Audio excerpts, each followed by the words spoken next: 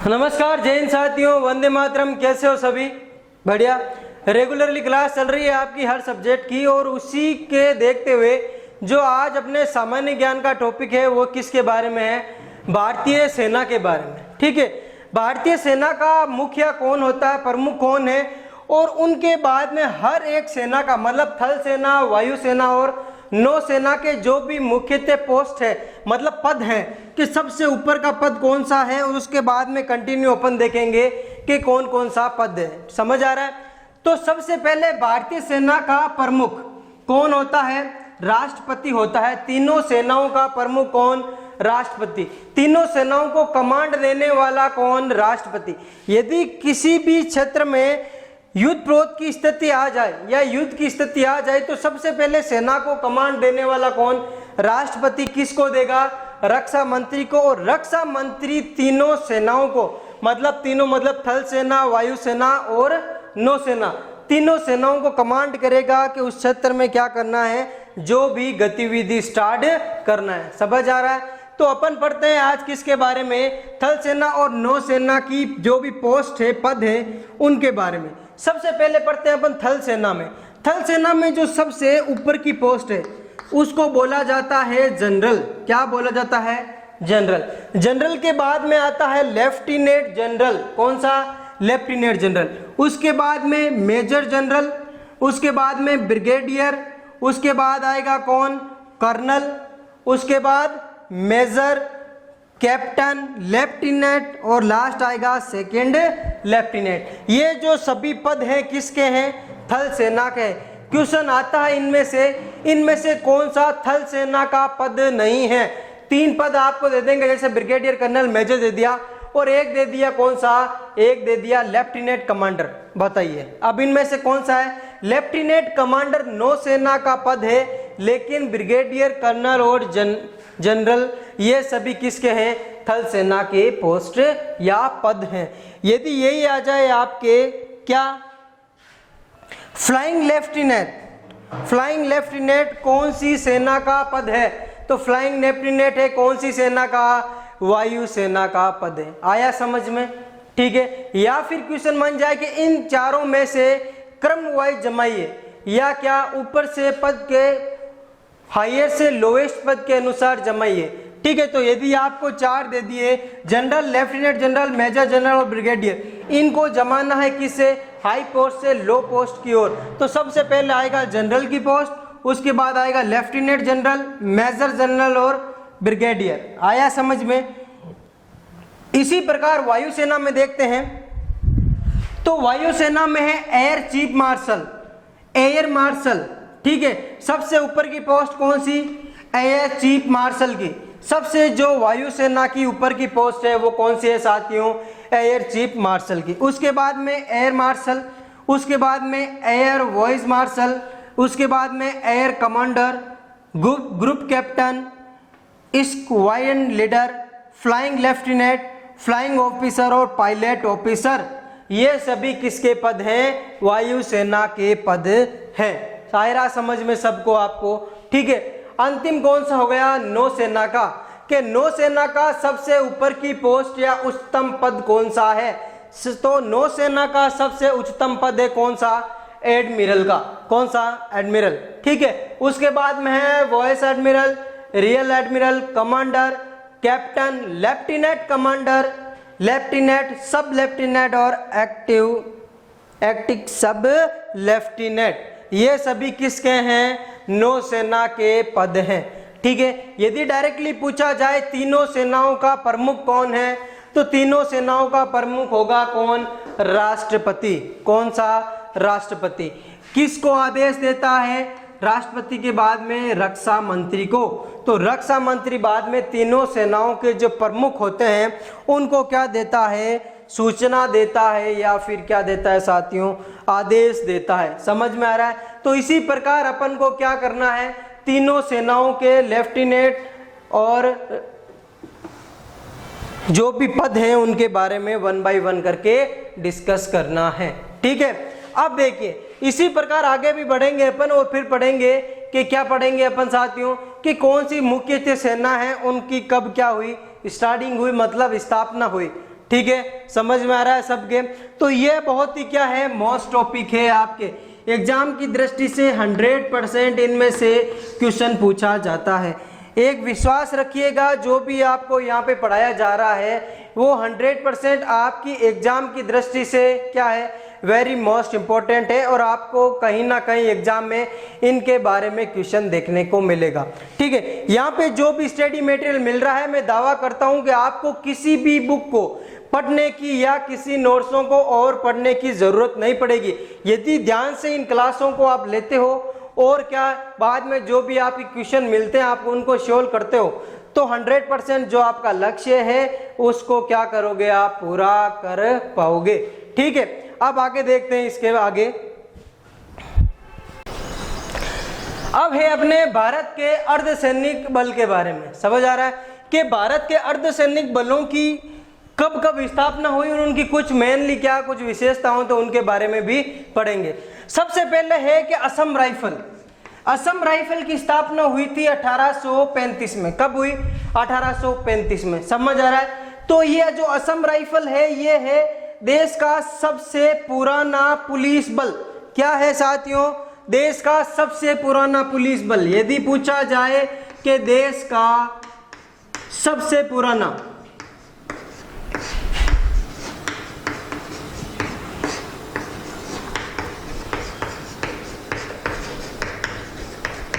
तो यदि पूछा जाए देश का सबसे पुराना पुलिस बल कौन सा है, तो कौन सा है साथियों? असम राइफल, जिसकी स्थापना कब हुई? 1835 में। कब हुई साथियों?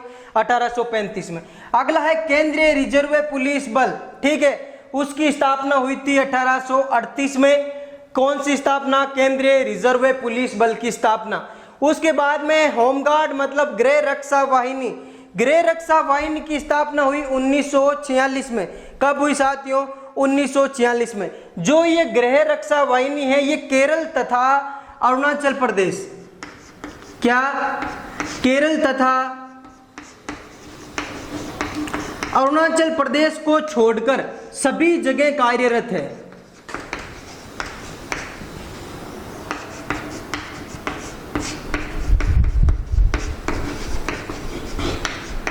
कौन सा है साथियों? कौन सा? तो है गृह रक्षा वाहिनी मतलब होमगार्ड। होमगार्ड कहां कहां पे नहीं है? केरल तथा अरुणाचल प्रदेश को छोड़कर सभी राज्यों में क्या है ये पोस्ट या ये विभाग है। कौन सा? गृह रक्षा वाहिनी या होमगार्ड का। अगला है भारत तिब्बत सीमा पुलिस। भारत और तिब्बत के बीच की जो सीमा है उस पर क्या पुलिस संगठन का स्थापना हुई थी। कब? 1962 में। कब हुई साथियों?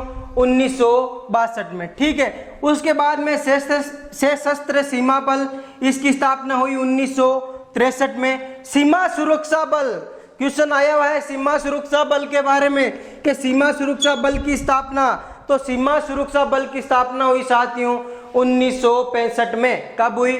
1965 में। अगला है केंद्रीय जांच ब्यूरो सीबीआई। सीबीआई की स्थापना कब हुई? 1963 में। सीबीआई की स्थापना कब?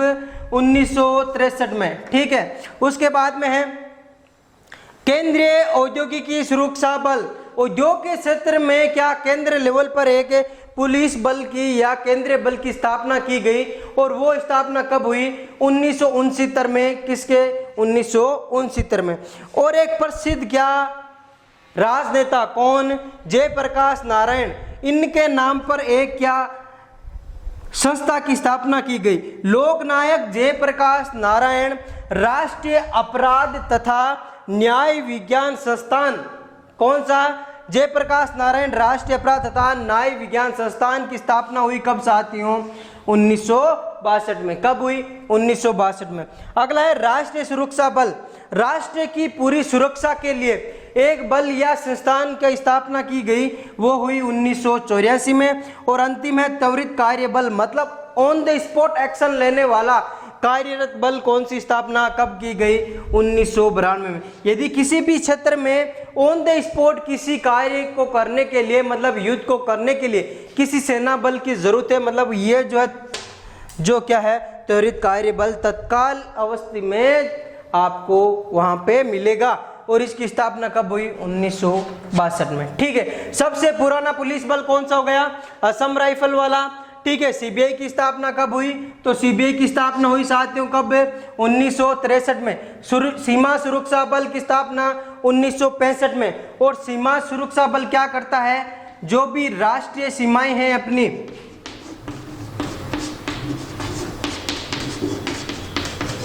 उसकी निगरानी करता है। मतलब जो भी भारत से कनेक्टेड अन्य देश हैं जैसे पाकिस्तान, अफगानिस्तान, भूटान, नेपाल, चीन, बांग्लादेश, समझ आ रहा है, और म्यांमार, वहां पर सब पर सीमा सुरक्षा बल कार्यरत है। ठीक है, ये हो गए किसके बारे में? भारत के अर्धसैनिक बलों के बारे में, कि कौन सी स्थापना कब हुई और कौन से संगठन की हुई, उनके बारे में अपन ने पढ़ा। इसके बाद में है कुछ संस्थान के बारे में, कि भाई संस्थान के बारे में मतलब हो गया कि कुछ स्पेशली संस्थान, जैसे डीआरडीओ है, डीआरडीओ का मुख्यालय क्या कहां पर है, समझ आ रहा है, और उसका क्या काम है, उनके बारे में अपन पढ़ेंगे।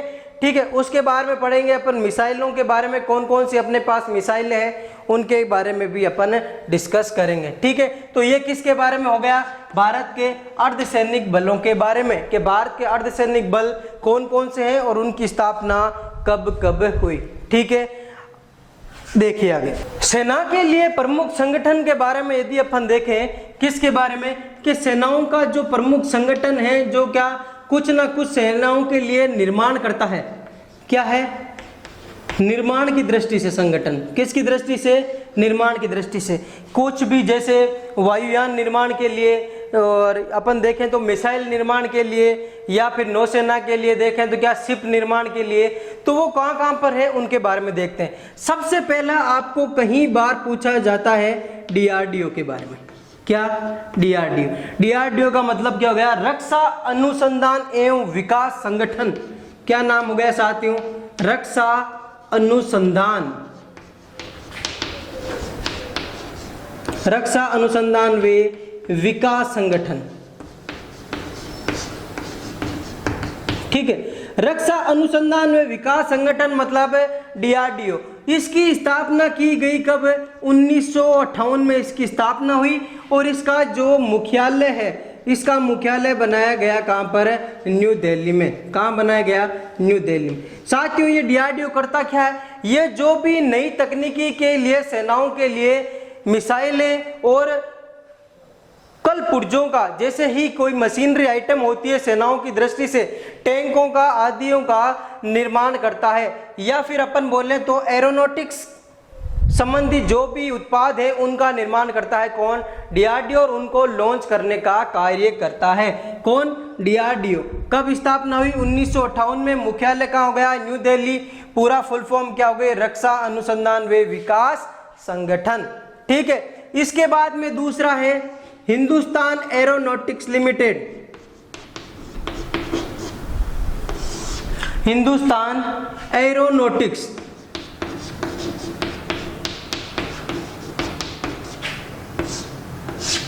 तो हिंदुस्तान एरोनॉटिक्स लिमिटेड, इसका मुख्यालय है बेंगलुरु में। कहां है साथियों? बेंगलुरु में इसका मुख्यालय है, और इसकी स्थापना की गई कब? 1964 में। पहले ये जो हिंदुस्तान एरोनॉटिक्स लिमिटेड क्या थी? प्राइवेट संस्था थी। उसके बाद में गवर्नमेंट ने क्या कर लिया? अपने अंडर में कर लिया। किसको? हिंदुस्तान एरोनॉटिक्स लिमिटेड को। ये क्या करता है साथियों? तो ये वायु सेनाओं के लिए स्पेशली क्या करता है? वायुयान निर्माण का कार्य करता है, चाहे वो लड़ाकू विमान हो या क्या नॉर्मल विमान वायुयान हो, उनका निर्माण का कार्य करता है, तथा उनके कल पुर्जों का भी निर्माण का कार्य करता है। कौन करता है साथियों? हिंदुस्तान एरोनॉटिक्स लिमिटेड, जिसका मुख्यालय कहां पर है? जिसका मुख्यालय है कहां साथियों? बेंगलुरु में। कहां है साथियों? बेंगलुरु में। इसके बाद में तीसरा देखिए, भारत अर्थ मूवर्स लिमिटेड।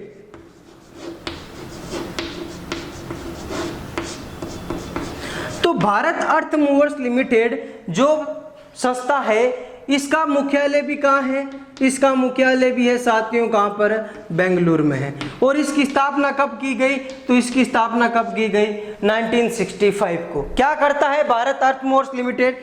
तो ये भारत अर्थ मूवर्स लिमिटेड सेनाओं के लिए भारी मशीनों का निर्माण करता है, तथा रेल डिब्बों का, रेल इंजन का निर्माण भी कौन करता है? भारत अर्थ मूवर्स लिमिटेड बेंगलुरु करता है। रेल डिब्बों तथा रेल इंजन का निर्माण भी कौन करता है? भारत अर्थ मोटर्स लिमिटेड करता है। इसके बाद में सेनाओं का प्रमुख संस्थान है निर्माण की दृष्टि से मझगांव लिमिटेड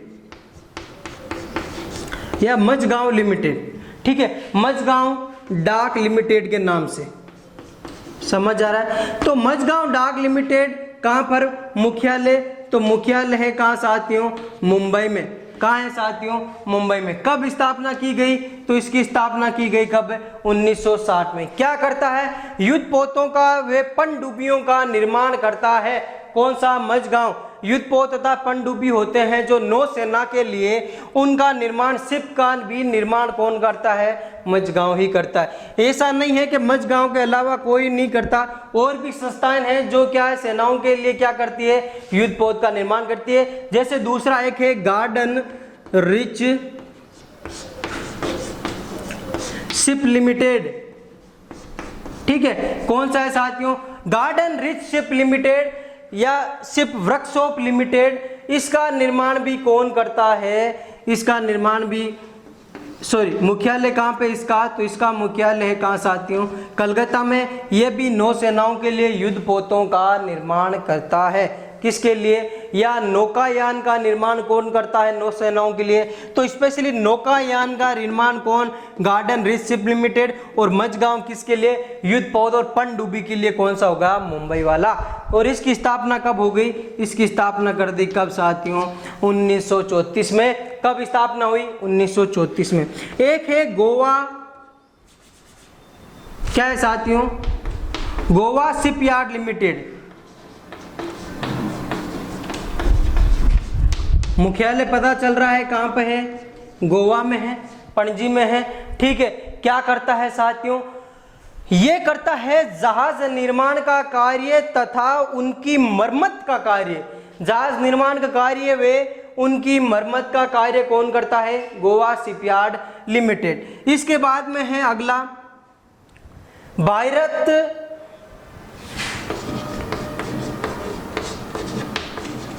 कि क्या नाम से? Bharat dynamics limited. Bharat dynamics limited ये है हैदराबाद में। कहाँ है इसका मुख्यालय? हैदराबाद में। कब स्थापना? तो 1970 में। क्या करता है? मिसाइलों का निर्माण। जैसे अपन देखे हैं कि अग्नि, पृथ्वी, त्रिशूल, इन सभी मिसाइलों का निर्माण कहाँ पर?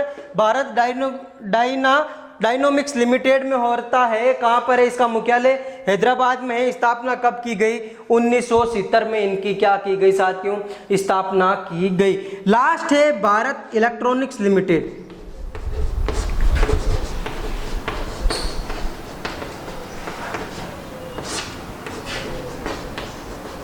कौन सा है साथियों? भारत इलेक्ट्रॉनिक्स लिमिटेड के नाम से। स्थापना पता है आपको सबको, कहां पर है? बेंगलुरु में। कहाँ है? बेंगलुरु में। स्थापना कब की गई यदि ये क्वेश्चन आ जाए तो 1959 में। कब की गई? 1959 में। पहले 1954 में इसको क्या किया? इस्टेब्लिश किया गया था, लेकिन स्पेशली रूप से इसका कार्य स्टार्ट हुआ कब से? 1959 में। ये क्या है? सभी सेनाओं की दृष्टि से क्या मुख्य क्या है? क्या है साथियों? कुछ संगठन हैं जो कुछ ना कुछ सेनाओं के लिए निर्माण का कार्य करते हैं। भारत इलेक्ट्रॉनिक्स लिमिटेड क्या करता है? मैप बनाने का कार्य करता है, डिजाइन बनाने का कार्य करता है। किसी भी युद्ध पोत मिसाइल की डिजाइन बनाने का कार्य कौन करता है? Bharat electronics limited. और यही कल पुर्जों निर्माण का भी कार्य करता है साथ साथ में। वापस देख लीजिए एक बार। रक्षा अनुसंधान व विकास संगठन का मुख्यालय कहां पर? न्यू दिल्ली में। क्या कार्य करता है साथियों? युद्ध पोत तथा मिसाइलों का स्पेशली रूप से देखें तो अपन कुछ स्पेशली चीजों का निर्माण करता है कौन? डीआरडीओ। हिंदुस्तान एरोनॉटिक्स लिमिटेड वायुयान का निर्माण करता है। एरोनॉटिक्स लिमिटेड चाहे वायुयान कौन सा हो, रक्षा संबंधित हो या नॉर्मल हो या लड़ाकू वायुयान हो, उन सभी का, जिसका मुख्यालय कहाँ है? बेंगलुरु में। भारत अर्थ मोटर्स लिमिटेड रेल डिब्बों का निर्माण, रेल इंजन का निर्माण, भारी मशीनों का निर्माण। मझगांव डाक लिमिटेड मुंबई में मुख्यालय है और क्या करता है? युद्ध पोतों का या पनडुब्बियों का निर्माण करता है। ठीक है। उसके बाद में कौन सा? गार्डन शिप वर्कशॉप लिमिटेड या garden rich ship limited Kolkata में है, ये भी सेम क्या करता है, नौकायान का निर्माण करता है, युद्धपोत और नौकायान का निर्माण करता है। गोवा शिपयार्ड मरम्मत के लिए, ठीक है, किसके लिए, मरम्मत के लिए या जहाज निर्माण का कार्य गोवा में। भारत डायनोमिक्स लिमिटेड हैदराबाद में क्या कार्य करता है, मिसाइलें जैसे आकाश, पृथ्वी, अग्नि मिसाइलों का निर्माण कहाँ हुआ है, हैदराबाद में। जिस जगह कौन सी, भारत डायनोमिक्स लिमिटेड हैदराबाद, ठीक है। और बाकी डिजाइनिंग का कार्य कौन करता है, भारत इलेक्ट्रॉनिक्स लिमिटेड, और वो कहाँ पर है, बेंगलुरु में। कहाँ है साथियों, बेंगलुरु में। आया समझ में। ये हो गई किसके बारे में, प्रमुख संगठन के बारे में। ये जो अपन ने 2 वीडियो बनाई किसके बारे में, एक तो अपन ने पहले पढ़ा कि कौन कौन से कमान है, कौन कौन से कहाँ पर है उनके बारे में, और दूसरा कौन सा जो भी संगठन है उनके बारे में। यह अपन ने पढ़ा पोस्टों के बारे में, पद के बारे में, हर एक सेना के। ये दोनों वीडियो आपको एग्जाम की दृष्टि से क्या वेरी मोस्ट इंपॉर्टेंट है, ठीक है। इसके बाद में कुछ मिसाइलें उनके बारे में पढ़ेंगे अपन कि जैसे पृथ्वी, आकाश, त्रिशूल, नाग, सूर्य, ब्रह्मोस, बराक, ये सभी जो भी मिसाइल है इनका कार्य है उनके बारे में। बस आपको कार्य की दृष्टि से ही पूछेंगे, ज़्यादा नहीं पूछा जाएगा कि सतह से सतह मार करने वाली मिसाइल कौन सी, अग्नि मिसाइल कौन कैसी है, इसके बारे में। अब है अपने किसके बारे में, मिसाइल्स के बारे में, कि मुख्यतः रूप से कौन कौन सी मिसाइलें हैं और उनके क्या है, क्या क्या कार्य हैं। तो पहली मिसाइल कौन सी, पृथ्वी। एक मिसाइल का नाम है क्या, अग्नि। एक मिसाइल है आकाश। एक मिसाइल का नाम है नाग। एक मिसाइल का नाम है ब्रह्मोस। एक है बराक, समझ में आ रहा साथियों। और एक मिसाइल है जिसका नाम है सूर्य। क्या है ये, मुख्यतः रूप से सेनाओं के पास क्या है, स्पेशली मिसाइलें हैं। कौन कौन सी, पृथ्वी, अग्नि, आकाश, नाग, ब्रह्मोस, बराक और सूर्य। कैसे क्वेश्चन बनता है वो भी देखेंगे कि आ जाता है कि त्रिशूल, एक त्रिशूल भी है, याद रखिएगा। कौन सी, त्रिशूल। कि त्रिशूल कैसी मिसाइल है, मतलब हवा से हवा मार करने वाली, जमीन से हवा मार करने वाली, या फिर जब सतह से सतह मार करने वाली मिसाइल है। तो सबसे पहले देखते हैं अपन कौन सी, पृथ्वी के बारे में। तो पृथ्वी कैसी है, पृथ्वी है सतह से सतह, कहाँ मार करेगी, सतह टू सतह, ठीक है। पृथ्वी फर्स्ट, सेकंड और थर्ड 3 तरह की मिसाइल आ चुकी है। तीनों का अलग अलग किलोमीटर है, लगभग 150 से 300 किलोमीटर तक का जो एरिया है वो कवर करती है। कौन, पृथ्वी मिसाइल। कैसी है ये, सतह से सतह मार करने वाली मिसाइल, ठीक है। अग्नि मिसाइल कैसी है साथियों, तो अग्नि भी कैसी है, सतह टू सतह मार करने वाली मिसाइल है। कैसी, सतह टू सतह। अग्नि के बारे में देखें तो अग्नि 5 तक आ चुकी है। अग्नि फर्स्ट, अग्नि सेकंड, अग्नि थर्ड, अग्नि फोर्थ और अग्नि 5। ये अलग अलग का मतलब क्या हुआ कि अलग अलग जो भी अपन ने अभी पढ़ा किसके बारे में, कुछ संगठन के बारे में, उनमें से एक संगठन पढ़ा आपको याद हो तो, भारत डायनोमिक्स लिमिटेड, जिसका मुख्यालय कहाँ है, हैदराबाद में। वो मिसाइलों का निर्माण करता है। तो वो हर एक नई टेक्नोलॉजी के साथ में उस मिसाइल का क्या कुछ नया टेक्निकल इश्यू करता है। तो इसी प्रकार अग्नि की 5 जनरेशन आ चुकी है, मतलब फर्स्ट, सेकंड, 5, थर्ड और फोर्थ। समझ आ रहा है। तो कैसी मिसाइल है ये भी, सतह से सतह मार करने वाली मिसाइल है। अगला देखिए, आकाश कैसी है। आकाश कैसी है, जमीन से हवा, मतलब सतह से हवा में मार करने वाली मिसाइल कौन सी है साथियों, आकाश। कौन सी है साथियों, आकाश है। समझ आ रहा है। नाग कैसी है, एग्जिट है नाग की भी, ये भी सतह से कैसा मार करती है, हवा की ओर मार करती है। लेकिन नाग मिसाइल की एक और विशेषता है कि नाग मिसाइल है कैसी, दागो और भूल जाओ। क्वेश्चन आया है इनमें से दागो और भूल जाओ पद्धति पर कार्य करने वाली मिसाइल कौन कौन सी है।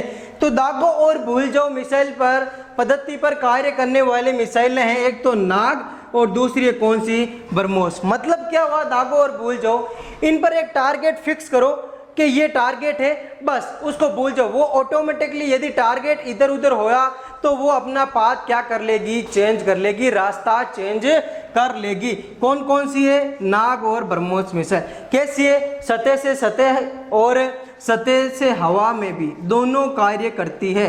सतह टू सतह और सतह टू हवा में भी दोनों तरीके से कार्य करती है। कौन कौन सी? नाग मिसाइल। इसके बाद में ब्रह्मोस मिसाइल कौन सी है? सेम एज इट इज, सतह टू सतह और सतह टू हवा। कैसी है? ये भी दागो और भूल जाओ जैसी है। कैसी है? दागो और भूल। ब्रह्मोस मिसाइल में भारत प्रमुख 5 देशों में एक ऐसा देश है जिसके पास ये मिसाइल है। कौन सी? ब्रह्मोस मिसाइल, मतलब इस टेक्नोलॉजी की मिसाइल है। इसकी दूरी भी यदि किलोमीटर में देखें तो बहुत लंबी दूरी है। ये लगभग 5000 किलोमीटर से अधिक का जो एवरेज एरिया है उसको क्या कर लेती है? नेविगेशन कर लेती है। कौन सी? ब्रह्मोस मिसाइल। ठीक है। इसके बाद में है बराक मिसाइल। बराक का मतलब होता है अग्नि की दृष्टि से या बिजली, अग्नि नहीं बोल सकते, सॉरी, बिजली। बराक हो गया बिजली, बिजली की तरह चमकदार या फिर तेज उसकी रफ्तार। वो कौन सी मिसाइल? बराक मिसाइल है। कौन सी? बराक मिसाइल है। और ये कैसी है? तो ये साथियों है सतह टू सतह मार्क करने वाली। कैसी है? सतह टू सतह। इसकी जो स्पीड है वो बहुत अधिक, मतलब बिजली की तरह तेज है। ठीक है। अपन देखते हैं कि बिजली की तरह यहाँ स्विच ऑन किया, यदि किसी का लाइट का या किसी का स्विच है या ऑन किया, ऑन द स्पॉट वहां पे क्या होगा? उसी टाइम क्या होगा? जैसे बल्ब लगाया तो बल्ब में क्या हो जाएगी? बिजली। तो मतलब उस स्पीड की तरह कार्य करने वाली मिसाइल कौन सी है? बराक मिसाइल है। आया समझ में? ठीक है। उसके बाद में एक है सूर्य और एक है त्रिशूल। सूर्य किसमें है? हवा टू हवा। ठीक है। हवा टू हवा की कौन सी?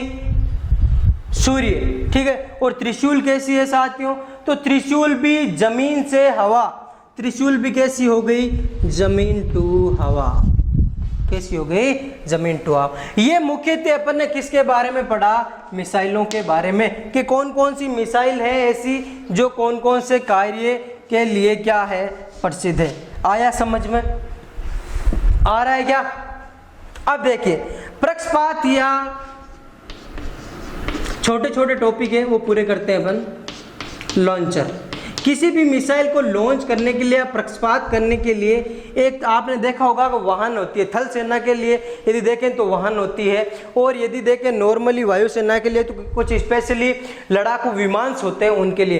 तो यदि देखें कुछ विमानों के बारे में या लॉन्चर के बारे में, तो एक है पिनाका नाम का।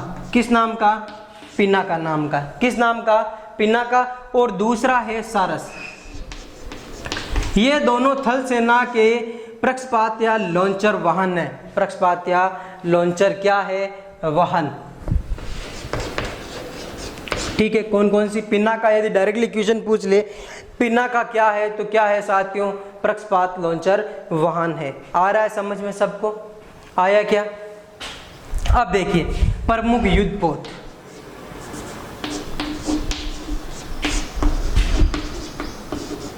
कौन कौन से युद्धपोत हैं अपने पास, उनके बारे में भी थोड़ा सा अपन देख लेते हैं। सबसे पहले अपने पास एक युद्धपोत है जिसका नाम है INS विक्रांत। क्या नाम है साथियों? INS विक्रांत। समझ में आ रहा है? तो INS विक्रांत है जो कहां से इसका निर्माण हुआ? कोची शिपयार्ड से। कहां से?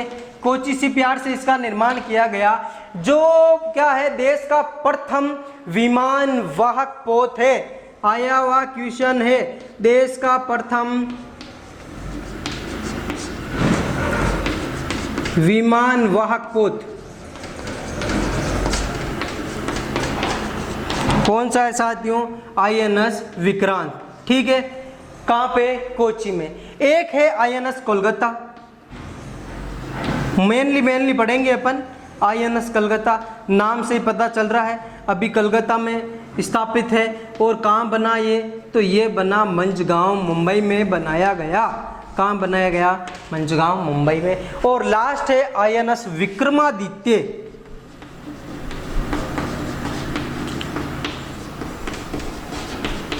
क्या हो गया साथियों? INS विक्रमादित्य। ये सभी किसके हैं? किसके हैं साथियों? ये सभी क्या है? तो ये है सब क्या? युद्धपोत हैं। क्या है? युद्धपोत। ठीक है। INS विक्रांत देश का प्रथम विमान वाहक पोत, INS कोलकाता, INS विक्रमादित्य। और अभी जो अपने पास यदि देखें कि पनडुब्बियों के बारे में कि कुछ स्पेशली पनडुब्बी हैं क्या, कुछ नाम है उनका, तो उनके बारे में भी देख लेते हैं। पनडुब्बी में देखें तो पनडुब्बियां कौन कौन सी है? एक है INS किलकारी। आया हुआ है क्वेश्चन, INS किलकारी क्या चीज है? तो ये एक क्या है? पनडुब्बी है साथियों। क्या है? क्या है साथियों? INS किलकारी एक पनडुब्बी है। क्या है? पनडुब्बी। कब है INS किलकारी? अभी 2017 में इसका निर्माण किया गया और सेना को दी गई। मेक इन इंडिया की जो अपनी पद्धति अपने मेक इन इंडिया, उसके तहत मंझगांव से मतलब मुंबई से इसका निर्माण किया गया पनडुब्बी का, और जिसका नाम रखाया गया क्या? INS किलकारी। ठीक है। इससे पहले अपने पास दो और थी जिसका नाम है INS किरंज और INS खिलतान। दो और है, याद रख लीजिएगा। एक तो INS किरंज के नाम से भी है अपने पास पनडुब्बी, और एक है INS खिलतान। आ रहा है समझ में? अब देखें यदि अपन, ये हो गया मुख्य पनडुब्बियों के बारे में है। टैंक पूछ ले आप, कौन कौन से टैंक हैं अपने पास? तो टैंक के नाम बता देता हूं। एक है अर्जुन टैंक, एक है भीम टैंक, एक है भीष्म टैंक। कौन सा? अर्जुन, भीम, भीष्म, कर्ण। अब इनमें से एक क्वेश्चन आता है, पायलट रहित विमान का नाम।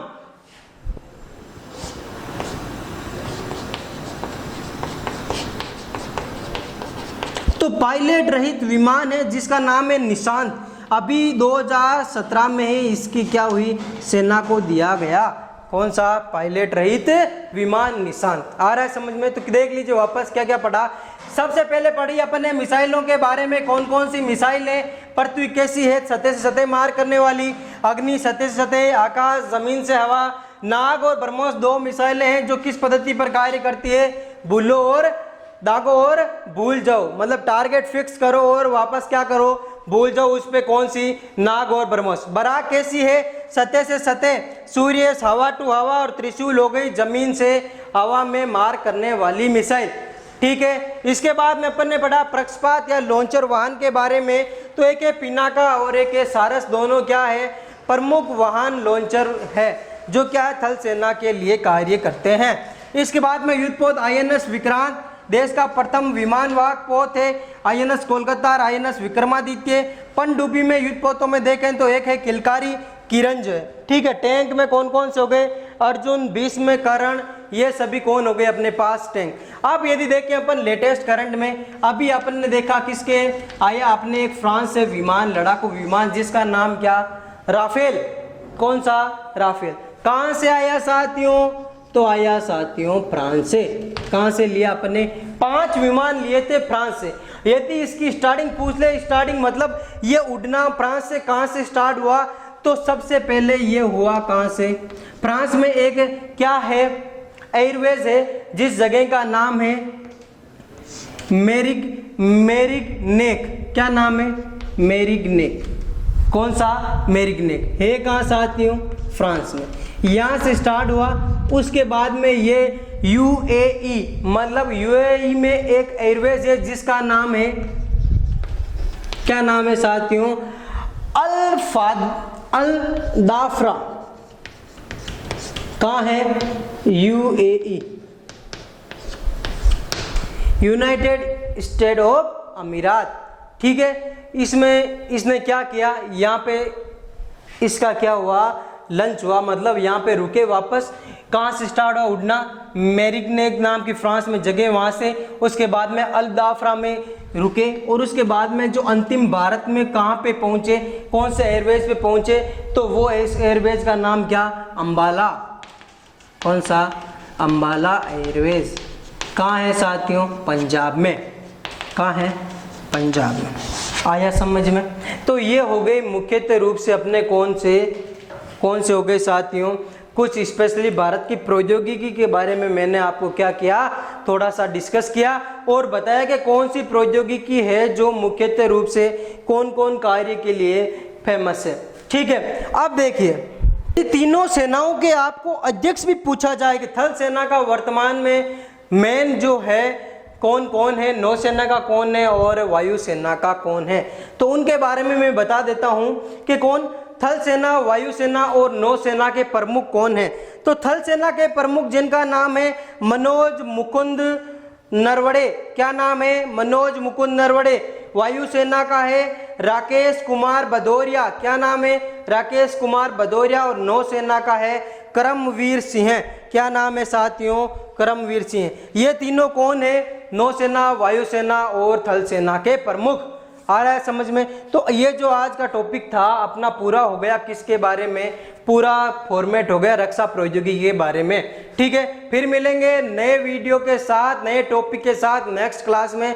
तब तक के लिए आप जो भी वीडियो मिल रहा है और जो भी क्वेश्चन पीडीएफ के फॉर्मेट के रूप में आप मिल रहे हैं, सोल्व करते जाइए और देखते जाइए क्वेश्चन किस पद्धति से आते हैं, कैसे बनते हैं और कैसे आपको एज इट इज एग्जाम में देखने को मिलेगा। ठीक है।